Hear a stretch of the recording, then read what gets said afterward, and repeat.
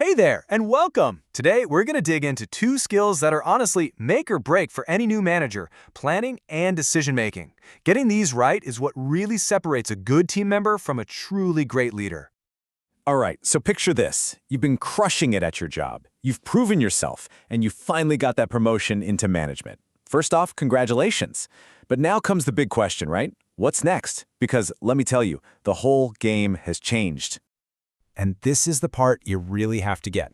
The technical skills, even the communication skills that got you noticed and promoted, they're not the same skills that are going to make you a successful manager. You can't just work harder and expect to win.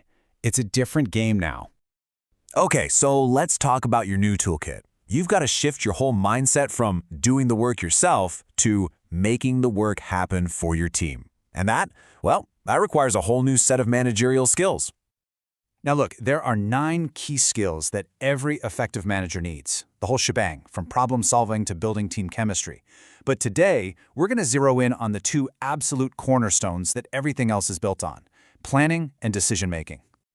First up, planning. And let me tell you, this is way more than just making a to-do list. This is about being the architect of your team's success for the whole year. It's about creating the blueprint before anyone even thinks about laying a single brick.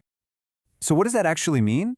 Well, at its heart, planning is just thinking through every single detail before you start. You're answering the big questions. Who is doing what? What does finished really look like? What are the checkpoints along the way? A great plan gives you the destination and the roadmap to get there. I want you to think about it like this. A great plan isn't some super complicated document filled with jargon nobody understands. No way. It's a blueprint. It's got to be so clear that anyone on your team can glance at it and know exactly what their part is and what you're all building together. And this is where the real magic happens. When you have that crystal clear blueprint, you get so much more than just a roadmap. You get alignment. Everyone is literally pulling in the exact same direction. And you build solidarity, a real sense of shared purpose that brings the team together. All right, on to pillar number 2, decision-making. As a manager, this is your job now. This is the main event. The quality of your decisions and how quickly you make them is going to define your team's success. It's that simple. Okay, so how do you actually make a good decision, right? Well, your own past experience, that's your starting point, for sure. But the real genius move is when you blend that experience with the practical, on-the-ground info you get from your team. The insights they have are absolute gold because they're the ones in the trenches doing the work every single day. So, before you pull the trigger on any big decision, you got to run it through this simple 3-part test. Ask yourself, 1, is this cost-effective?